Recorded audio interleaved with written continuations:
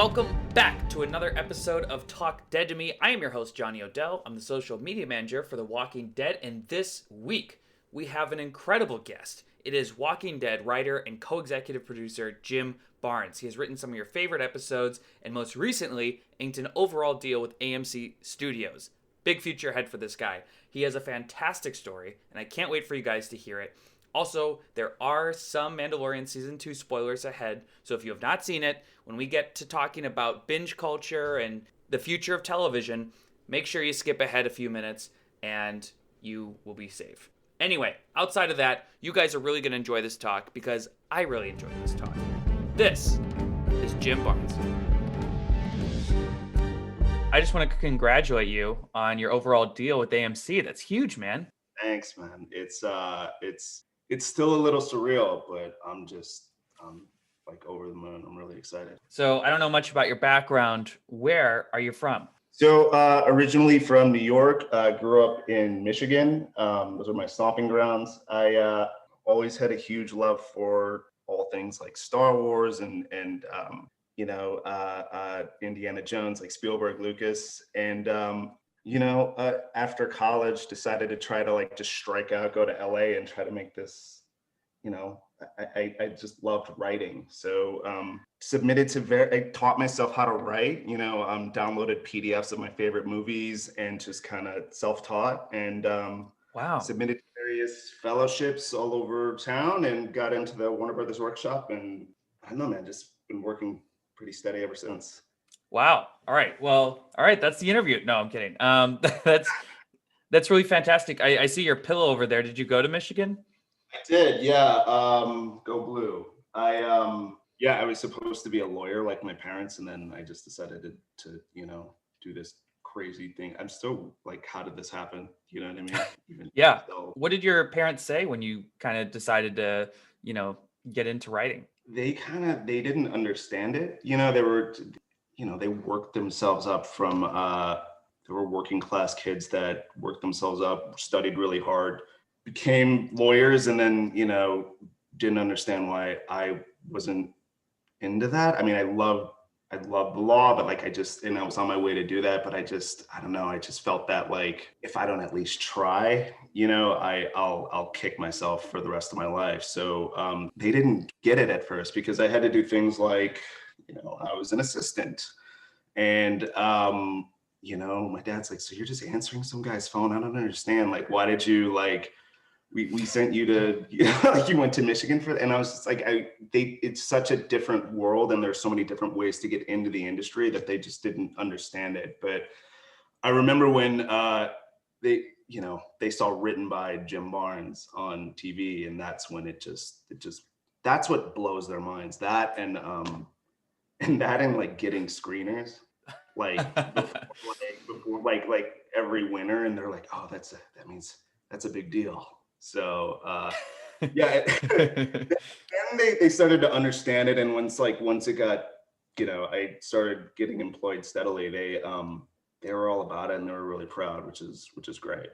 They have to see it, they have to see it on a medium they recognize before they can actually grasp it. Because you can tell them you write as much as you want, but until they see it, that's probably makes it real for them. Yeah, and they don't, they care and they don't want to see you suffer. Oh, sure. Yeah, no, it comes from a good place. Yeah, and this is an industry that's it's hard, but no, I mean they're really proud. When did you said you've kind of always had a writing itch? When did it really sort of hit you? Was that in college? You know what? It was before that. It was I Pulp Fiction. Really? Yeah, I mean I just kept hearing about this movie. I remember sneaking in to see it because I was underage, right? And then I just had never seen stories like that and dialogue like that. And I remember I snuck in over and over and over again and kept watching it. And then I kept grabbing friends, you got to see this movie. I've never seen anything like it. And just the way that he would craft scenes and the dialogue and just, I really fell in love with writing after I saw that. And then, it started in high school. I would just write random scenes and kind of show them to people and what do you think of this situation or whatever. And then And then it was weird. I did it like in secret. I didn't want people to know, weirdly. But and then it just, after college, it was like, hey, you gonna be a lawyer now? And I was just like, I don't know, man. I kind of want to try this thing out west, and I know it's crazy, and I know nobody out there, but yeah, I don't know. There's just something about generating it from like a singular situation or an idea and like building out from that. That's just, I love it. So when you first moved out here, you said that you were answering phones. What was the living situation like? You said you didn't know anybody either. Oh, it was rough. It was rough at first, because it's like, yeah, found roommates on Craigslist, which was that was an adventure. I'm sure. And then I found out I had a cousin out here, and so I kind of couch surfed with him for a minute while I was getting my feet on the ground and getting my bearings. And before the assistant gigs, I tutored through No Child Left Behind, and then I also tutored through like Kaplan. So I was kind of driving all over the place, but it was very the stereotypical small apartment bachelor with I was right next to the train tracks, so I'd always hear the train going, and then the bus station was right there, and then it was right by Burbank Airport, so I'd always hear like planes going over. Like that was the living situation when I first started out. But wow. Yeah, but it's just it's weird. I just kept putting my nose to the grindstone and just kept churning out material and just trying to learn whatever I could learn. And just submitting to as many places as I could. And I guess I got better. So yeah. For the Warner Brothers workshop, I imagine that's pretty competitive. Yeah, I think it's they get like, it's like 2,000 or 2,500 or something like that, and they take 10 every year. 10? Yeah. Jeez. So what did you have to write that they judged? I got in off of a spec of Dexter. It was basically, I set it between 2 seasons. Like I was basically starting a new season. But yeah, I mean, that got some people's attention and got me an interview and got me in. Now, do you do kind of like an episode? Because obviously, like, a season has like a full arc that they've planned out. So do you just try to fit in a story like within that? I mean, I guess you said you were trying to like sort of start a new season. So are you introducing like a new serial killer villain? Are you giving Deb another story? Like that's exactly what I just introduced a new villain, because the problem is like I loved serialized television.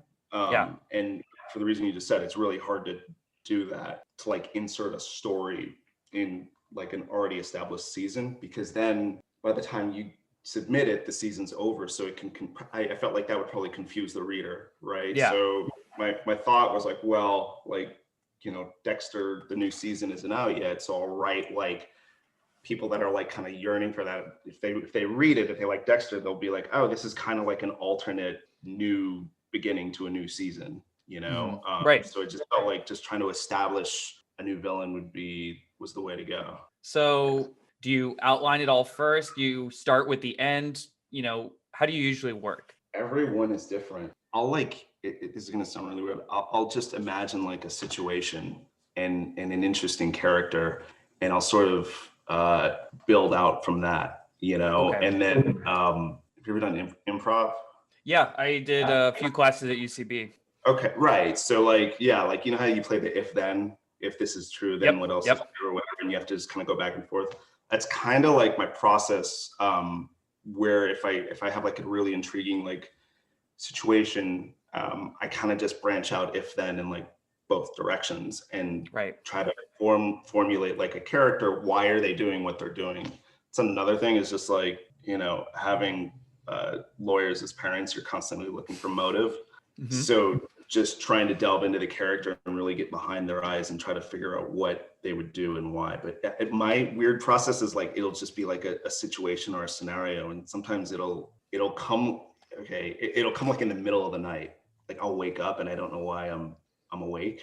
And then something will just start spinning out. And then if I run down and I just write it just like completely like free associative. And then look at it the next day, and sometimes it makes sense and sometimes it doesn't. But that's my weird, just in terms of generating like brand new stuff, like that's usually the way I go. Do you think like the more you've been through in life, the better a writer you become, or are they separate? It's interesting. I think everybody's different. I think some people can just have like this a crazy empathy circuit where they can get into characters and situations and write it as if they were there.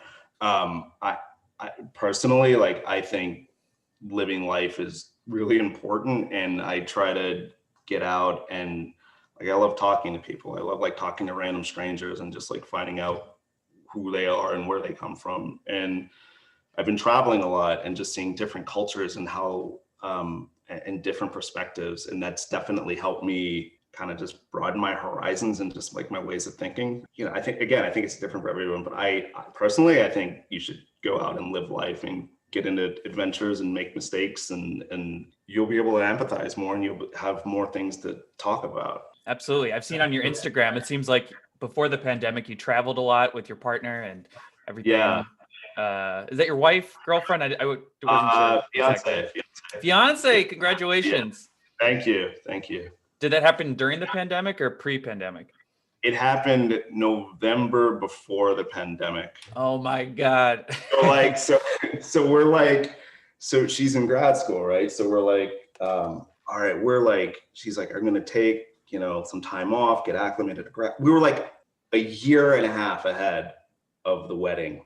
We were like so far ahead, and then the pandemic happens, and now we're like behind the eight ball, because everybody's like postponing their weddings and then pushing them into like the next year, and so it's been something. But again, it's just, I don't know. She's like, she's incredible and amazing, and it's gonna be fine. It's gonna be all good. Where'd you guys meet? Taim Grill on Melrose? Yeah. Yeah, so like that was one of my like go-to spots just for food. And I was there. I just come back from the gym, and I saw this pretty girl like in line in front of me, and then she left, and then I ran out to try to find her, and then she was sitting at a table outside, and I said, can you wash my bag? And she's like, yeah. And then I just ran back inside, got my food, sat down next to her, and we just started talking. Bold move. Yeah, man. Fortune favors. It must, man. That's great. One of my buddy's parents met just because he saw a pretty girl at like the grocery store, and he's like, I'm going to kick myself if I don't talk to her. And he just ran out, talked to her, got her number, and now they're married and have 2 kids. It's wild. But that never would have happened if he hadn't done that. If you're like 5 minutes too late or 5 minutes too early, then your entire life is different, right? It's just weird to think about it like that, like those moments. It is wild. I got a Conan internship. I was a monologue writing intern. Oh, wow. Because I moved out here and I had no job. I was working at Chipotle. This is after I graduated college. I was bitter that I had to work. I had to make burritos for high schoolers in Tarzana. I was so pissed. And some lady with like a Conan sweatshirt came in. I was like, oh, are you like a Conan fan? She's like, oh, I work for Conan. I was like, oh my God, I would love to be an intern there. And she's like, oh, well, here's my card. Here, just call me up. And then I did, and I got the internship, and I got to help write monologue jokes for Conan for, 5 months. So that was cool. That's amazing. Isn't that great? And there's a billion stories like that in LA. Yeah, no, I mean, it's just those weird, again, you should get out, like get out and like experience it. You never know who you're going to run into that could like change your life. Right. All right. So let's get into your professional career. Was Nikita your first big writing credit? Yeah, it was. I got it out of the workshop. They basically get you onto one of their shows. At least it was like that when I was a member. Oh wow! So you graduate this class. Is it a class? I guess. Yeah, and then they just automatically put you in. They submit. Yeah, they want you on one of their shows because they basically paid to train you, right? And so it's like you have guest speakers that come in, like directors and actors sometimes, and other writers that kind of give you the lay of the land and give you advice, and then you learn how to, write a story area and write an outline, and you break up into little groups, and you critique each other's work. And then after all of that, you get to you have your samples or your pilots ready, or your specs. I don't think they do specs anymore. And then they kind of push you out to different showrunners, and if you get a hit, and if you do, you can staff. So Yeah. you wrote 2 episodes of Nikita, Uh-huh. and then you did Revolution, Falling Skies, and then eventually Gotham. Yeah, What is a co-producer? How did you get into that? It's like a rank, right? So you Okay. start at like staff writer, then story editor, executive story editor, co-producer, producer, supervising producer, and then co-executive producer, and then above that is like an EP or an executive producer. So it's basically you're just kind of like coming up the ranks. Mhm. And when you're like a co-producer or producer on something, it's basically you're usually you're given more producer duties, right? So talking with more people on the ground about set design and things like that. More of I mean, that's what it's supposed to be, but but basically the short version is it's just like a ranking sort of. When you get elevated to like the producer roles and you have more responsibilities, do you feel like you have a handle on all that, or do you have to kind of shadow someone for that, or how does that work? I mean, hopefully you've got some cool showrunners that are, willing to kind of shepherd you through it, or usually there's older or like ranked up writers on the show that can kind of like show you the ropes and tell you like what's expected from you. But like, a lot of times you're just thrown in and it's like, these are your responsibilities and figure it out. Like I know some, well-known showrunners that's how they roll with it. They're just like, okay, you're going to go and you're going to try to figure it out on your own. Wow. And it's kind of like deer in headlights, but then you're forced to figure it out. And I don't know, I think you're stronger for it. But right. Yeah. In 2019, Angela Kang invites you to be on The Walking Dead. Is that right? Yeah. So was she just familiar with your work, or how did that come about? I had finished Timeless and I was looking for another show to staff on, and I wanted it to be a show where it was like more mature, darker material than I'd been used to. And my manager called me one day and he's like, "Hey, The Walking Dead is looking. Are you interested?" And I said, "Yeah, for sure." And so the way that it works is like if you have like an original pilot, or it could be a short story, or whatever your writing sample is, that's like your resume. So that's what gets submitted to the showrunner. And if the showrunner likes your writing and checks up on you, checks your references, checks other people that you've worked with, some do that, some don't. They invite you in for a meeting. That's pretty cool. And I think it said in your Deadline article, or maybe you tweeted it out, that you had been a fan of Walking Dead beforehand, right? Yeah, I mean that's what was crazy. So I mean, when my manager was like, "Walking Dead's looking," I was like, yes, like absolutely. Yeah, absolutely. And just, I was reading like everything that had been done during her taking over the show, and like everyone was like, "The Walking Dead's amazing." And I mean, for me, I've been a huge fan of the genre since like Night of the Living Dead. I played all the Resident Evil games. Like I've been like a huge so when that comic came out, I think it was in 04. Yeah, I was like, every issue was like a day one buy for me. And I just kept telling, like, it was weird. I kept telling people, all you have to do is make this a show, and that's it. And then you'll make money. Like it'll be a hit, and it'll be and then when the show came out, I like, look, that's one of the best pilots ever, like for sure. Like, like it was appointment viewing for me, even with DVR. Like I loved every single episode. And so just to be asked to be on that show was insane. Like meeting with her was insane. So it was really cool. Must have been a dream come true. Yeah, it was just weird. It was like, because you walk in her office and she's got Star Wars shit everywhere and just like all sorts of like paraphernalia, and she was just cool. And I remember thinking, like, if 13-year-old me could see me right now, he would think I was the coolest guy on earth, because it was just like, it would be like so jealous. Like it was awesome. I'm still like super grateful.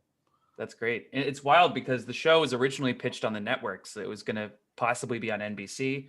And Yeah, then I think they passed on it. And then it might have been on HBO, but they wanted yeah, more control. So ended up on AMC, which I think was the right move. It absolutely. would be interesting. I do wish there was a version of Walking Dead where Negan could say fuck constantly like he does in the comics, but that's okay. Yes, yes, yeah. On the extended, where's my light? On the extended AMC Plus version, they'll Yeah. allow maybe. Yeah, maybe someday. You've written Ghosts, Stalker, and A Certain Doom, all season 10 episodes, right? And I was did the story like credited with the story with Eli and Corey. I didn't. Corey wrote it. oh, okay. I'm wondering from the comic point of view, since I'm under the Skybound umbrella, the Robert Kirkman Sure. umbrella. I'm curious how knowledgeable all the writers are with the comics. I'm guessing, do you guys have to read them all, or do you just have sort of like you just read the parts that are coming up? Oh, I mean, it's everybody's read every issue, and we Okay, have like huge library like in the office where you can go and grab any of the trades or like yeah, like no, everyone definitely has read every issue. what's the challenge of sort of balancing like the story from the comics, but then also deviating? Like, what do you decide that you keep from the comics, and what do you decide that you add?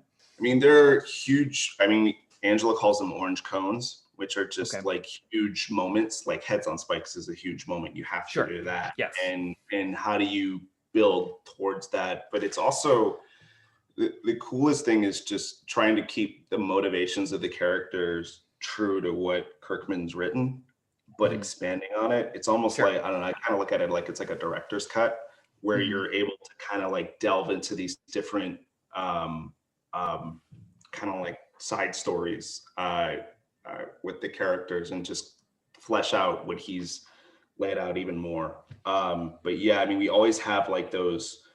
He's really good at it. Like he's really good at having these moments that he builds towards with character moments that make them.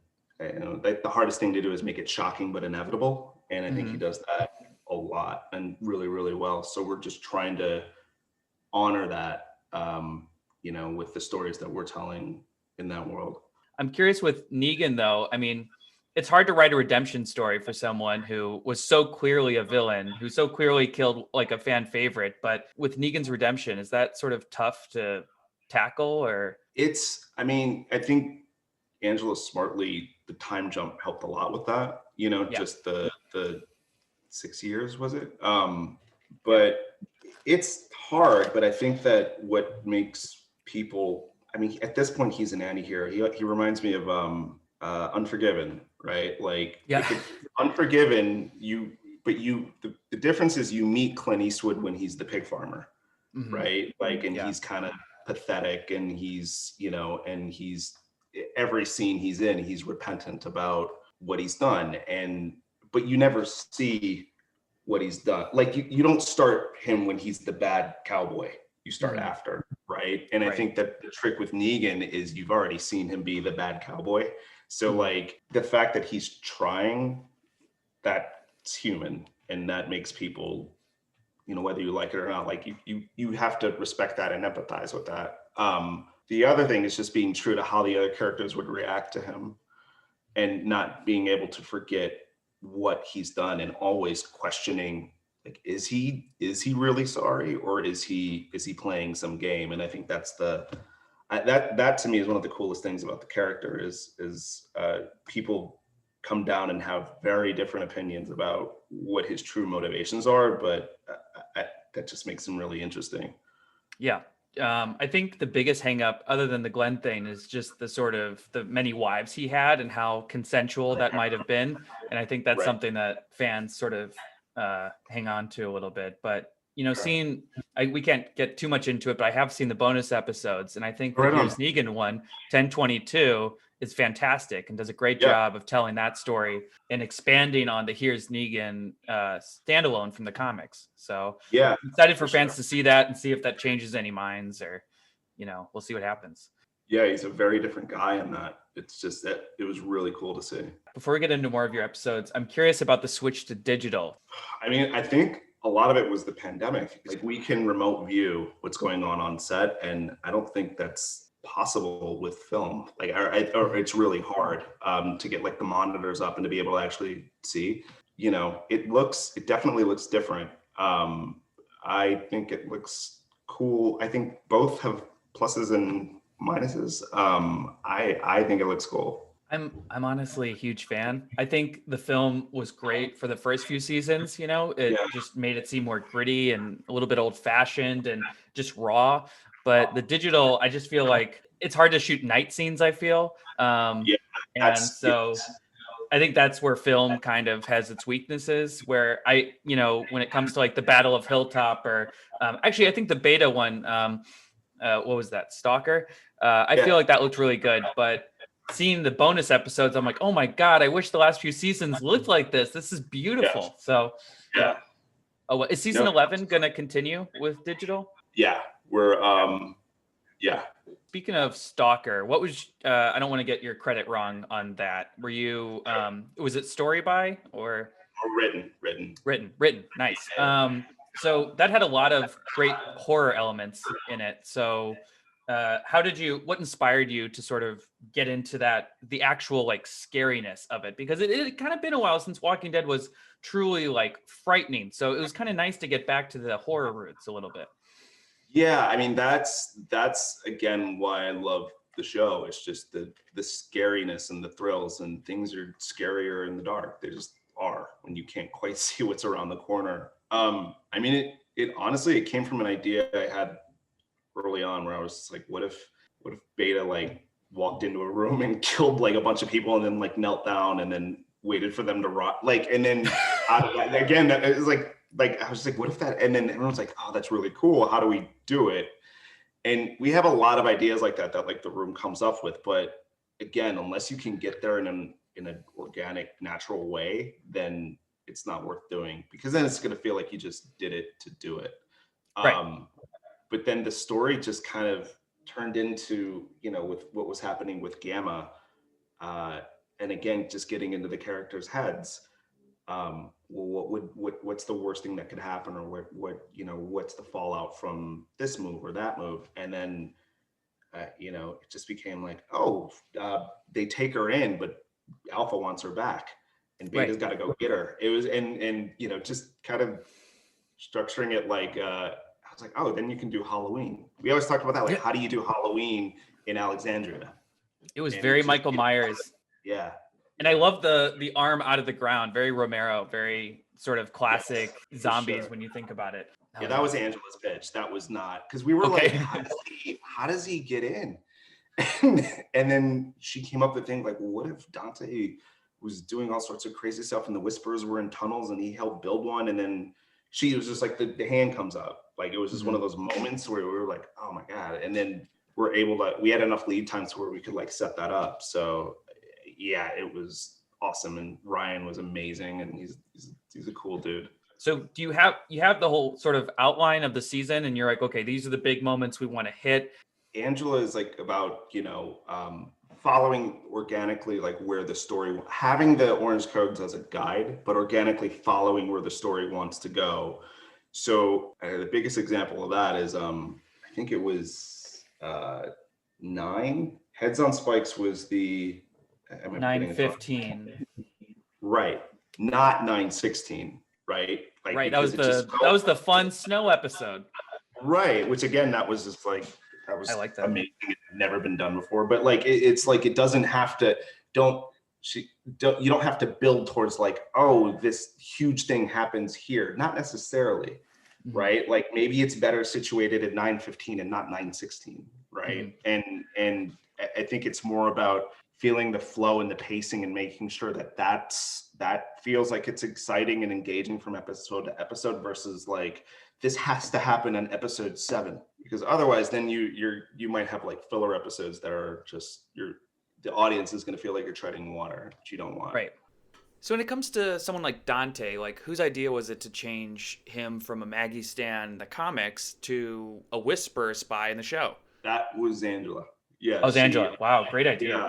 She was like, no, he's a spy. and we just set it up and we can lay it in like that he's doing little things like along the way. And another thing that I've stolen and will use for the rest of my writing career, she always talks about like what's the scene you didn't see, like what's the thing that happened off screen that you'll never know about, but so breaking it from Dante's point, like what's the Dante story that you'll never see, what is he doing in the background of every single episode, I think it's just extremely valuable, because it's easy to lose sight of that, especially when you're trying to drive towards these moments. But yeah, no, that was her. Like in Ghosts, like, you know, we talked about it.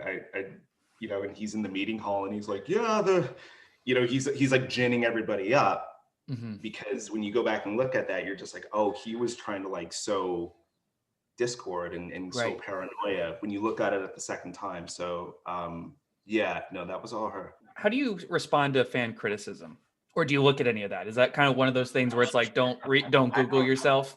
I mean, like, if I look, I think personally, I think it's a mistake not to, because you know, if there's a valid criticism, if it's valid, if it's just like okay, like you're just being an ass and just trying to but if it's actually valid and well thought out and well constructed arguments, why not look at it? Who cares where the criticism comes from, or who cares? Like, as long as it's valid, like, that's just me.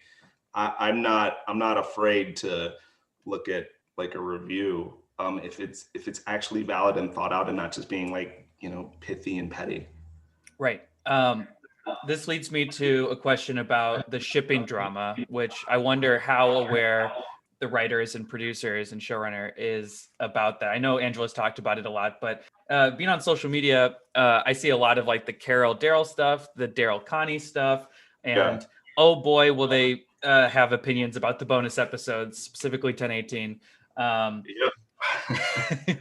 those things you look at where you're just like, oh, should we lean more towards this way? Or maybe we gave a little too into Daryl and Connie, or is it all like part of the plan, I guess? I mean, it's again, it's just about what's an interesting place to take the character and what's a good way to test them and what's something that we haven't seen before and what can it reveal about their personality that we haven't seen in The Walking Dead, because there's only so many times you can tell so many different stories, right? And how do you challenge them, and what new onion peels can you what new onion peels? That's not the peel back. Onion layer. What new layers can you reveal about the characters? You know, I think is I don't know. I think that's where your head should always be at. Right. Let's see. Oh, I asked some of the fans if they had any questions. Sure. And Mama Dead had asked, who's been your favorite character to write dialogue for? Negan. Yeah. Gotta be, right? Absolutely. Yeah. I'm curious when someone like Denai decides to leave the show, or Andy, or, you know, even Lauren Ridloff had to leave for a bit for Eternals, so she was kind of written out. Like, how much does that impact the story overall, or is it just you have to kind of change a few things of maybe where characters are meeting? Or obviously with Denai, it's bigger, but it depends on, because we have threads and we have like a bunch of ideas that we have where we want to take a character, but like the ripple effect is going to be felt throughout the show if somebody has to leave for a minute. And you know, we try to give enough air to like everybody's story and try to like, you know, properly service everybody. So yeah, it's always the ripple effects from even like the smallest thing like can like branch out and just affect like this story and that story and this story like all the way down the line. So it always has like an effect.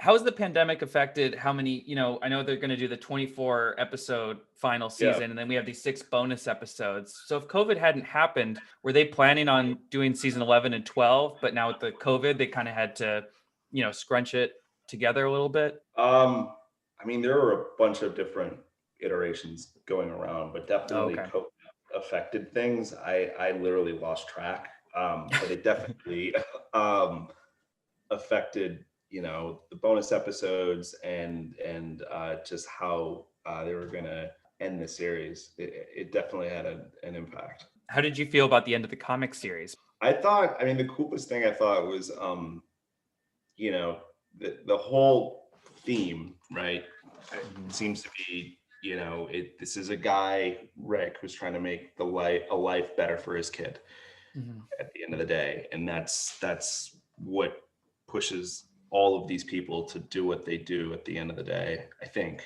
a lot of them anyways. And I thought it was cool that when they did that time jump that you saw, things were better, but they weren't perfect. Like there are little hints that he put in there that no, not all is not, it's not like a utopia. Right.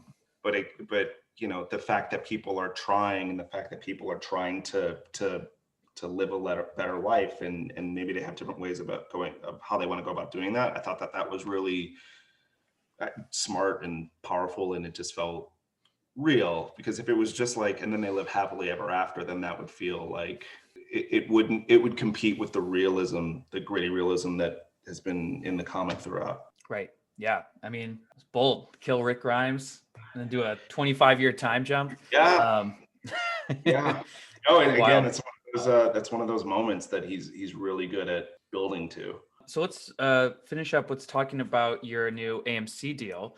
Ben Davis, Executive Vice President of Scripted Programming at AMC Studios, says you're imaginative and engaging storyteller with a mastery of building vivid, I'm saying this, epic worlds, and we look forward to building more of these worlds together. Jim, that is high praise from big wig at AMC.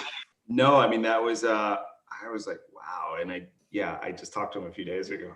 I was like, you I was like, oh no, I meant every word. And I was just like, oh man, that was just I beyond flattered. And again, really, really excited to move forward and create. Some of the best programming and TV shows ever have been on that network and studio. Oh, yeah. And I just like, I can't wait. As exciting as it is, are you kind of like, oh shit, now I have to now I have to deliver. Now I have to come up with these, fantastic ideas or stories, etc. Or is this like just complete excitement and you're like, yes, this is exactly what I want to do? It's a little bit of both, because it's there's definitely a fire under my ass, Yeah.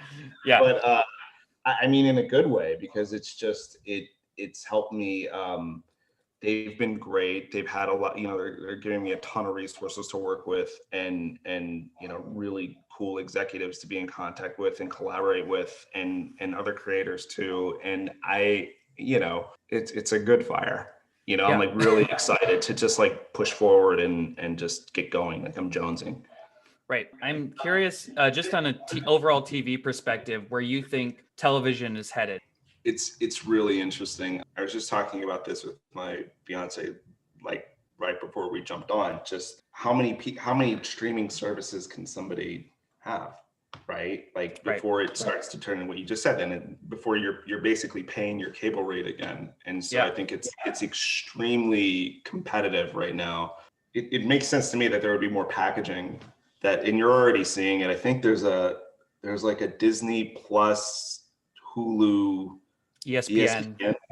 Right. Like I think that might start to happen more and more. But it's just the good thing to come out of it is just like it's really good for fans. Like it's just like there's so much out there, and there's so much high quality content being put out there that for me, like if the end product is like you get to just have more different voices able to tell cool stories that otherwise like 5-10 years ago wouldn't have had a shot of getting on air, then it's a good thing. Yeah. At the end of the day, you're putting more kinds of art out there, a lot of which wouldn't have had a shot in hell 10 years ago, and that's a good thing. Oh, what shows are you a fan of right now that you aren't involved with? Oh man, I think I May Destroy You is the best show that came out last year. I thought that is the next one. All my friends are telling me to watch it. I'm going to watch it. Man. It's so just good. She's amazing. The way that she comes at story, and the way that it's just, again, it's something you've never seen before. I liked Queen's Gambit. I know it's inspiring people to play chess, which is always good. And chessboards are like sold out on Amazon. It's wild. Yeah. I mean, I got one from my fiance. Was like, we stopped halfway through, and she's like, "Can you teach me?" because I want to know like, and I want to know like what's happening. I was like, sure. And so we like took a break from watching it and I taught her how to play. And then we were playing like every night and then we watched it again. She's like, oh, now it's like more intense because she understood. Now we need to buy now we need to buy prescription pills so we can really play it and we can see it on the ceiling. And yes, no, yes. I'm kidding. Don't do that. WandaVision, I think again, it's one of those where it's so different and creepy and bordering into like horror in a really cool way. I'm watching this anime called Dragon Slayer. I don't know if you've heard of it. Really good. It's huge in Japan. So I mean, it's kind of a big, wide gamut. One thing with Wanda and like Mandalorian and of course Walking Dead, I do hope we don't just get into like binging culture. I like having a week to like digest an episode, to think about it, talk with friends. Because like I watched The Boys season 2 and I love The Boys. I've been editing these videos. We have a side channel. We make like react compilations to The Walking Dead, but we also make them for other shows. And so I'm editing these videos for The Boys season 2. And I was like, I forgot most of this happened. Like I could probably tell you 3 things about season 2. When you watch it in 3 days, it just like flows through your head and just comes out the other side. Like you only remember like 2 scenes. So they caught hell for doing that with season 2. Do you remember? Yeah. Like because they tried to stagger it out, and I'm like I agree with you. You need the water cooler able to go and like, what do they call it, like water cooler talk? Yeah. You know, I agree. I think that's better because you're able to digest it and appreciate it more versus it just becoming this weird amorphous thing in your head. I do, just as a social media manager, I hate that the episode comes out like a week or a few days early than the rest of the public, because then half of Twitter's talking about it and the other half is like, no spoilers, I want to watch on Sunday. I'm with you, man. And like I like, are you caught up in Mandalorian? Oh yeah. So I log on to Twitter on like Thursday night and I see Luke Skywalker is trending, and I'm like, why is Luke Skywalker trending? And then I click and I'm like, oh my God. Like, no. Are you kidding me? And it's like, it's so upsetting. Like I'm like, oh man, like I almost wish that they didn't do the midnight drop. Why don't you just drop like Mandalorian? This is December. Nothing is airing. There's no new programming. Why don't you just drop it like Sunday night at like 9 p.m. East Coast, 6 p.m. West Coast, and then everyone can watch it? Because with WandaVision, I have East Coast friends that literally have to set an alarm to wake up at 3 a.m. to watch it because they know they'll get spoiled on social media the next morning. That doesn't make any sense to me. That it's just for exactly what you're saying, man. It's just like, why? Just with Twitter, and I'm like, oh, I can't go on Twitter anymore. I can't check anything. Even Facebook.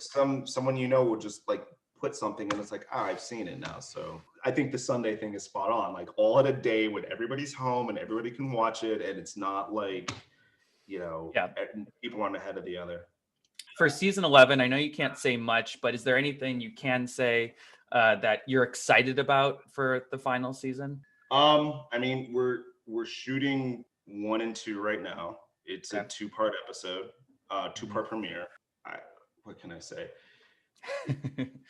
It's, going back to that thing you said about, you like the scary, like it's scary. Like that's what we're making a concerted effort to, put that back into like, especially these first 2 or 3. And I actually, I think that like all throughout,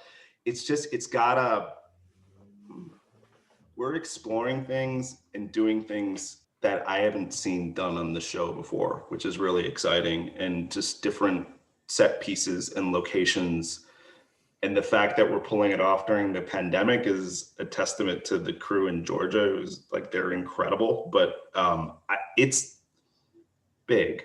I think I can say that. And we're kind of getting back to a roadshow vibe for a minute, which, I mean, for me, like I love like season 1 and 4. I think those are my top 2 seasons of the show. We're just like the terminus and then the CDC, and we're that vibe is in there. So I don't know. I'm really excited to see what people think of 11. I think people are going to be surprised in a good way.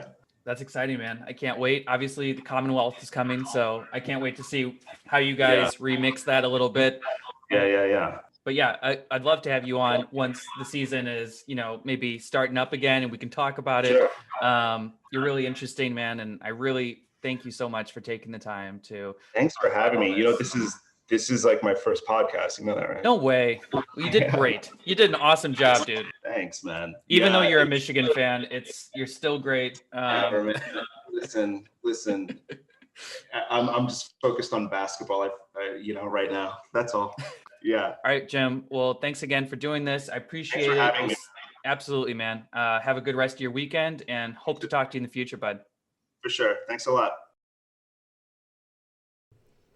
All right, that wraps up this week's episode of Talk Dead to Me. I told you guys Jim was amazing. He has a huge future ahead of him, so make sure you go follow him on social media. Also, apologies for taking last week off. We had some last-minute rescheduling, but we are going to be consistent from now on, baby. Anyway, I will announce next week's guest on Twitter, so make sure you're following us at The Walking Dead so you don't miss that. Until then, please be safe, wear a mask. If you're in Texas, stay warm, and happy birthday to Nate.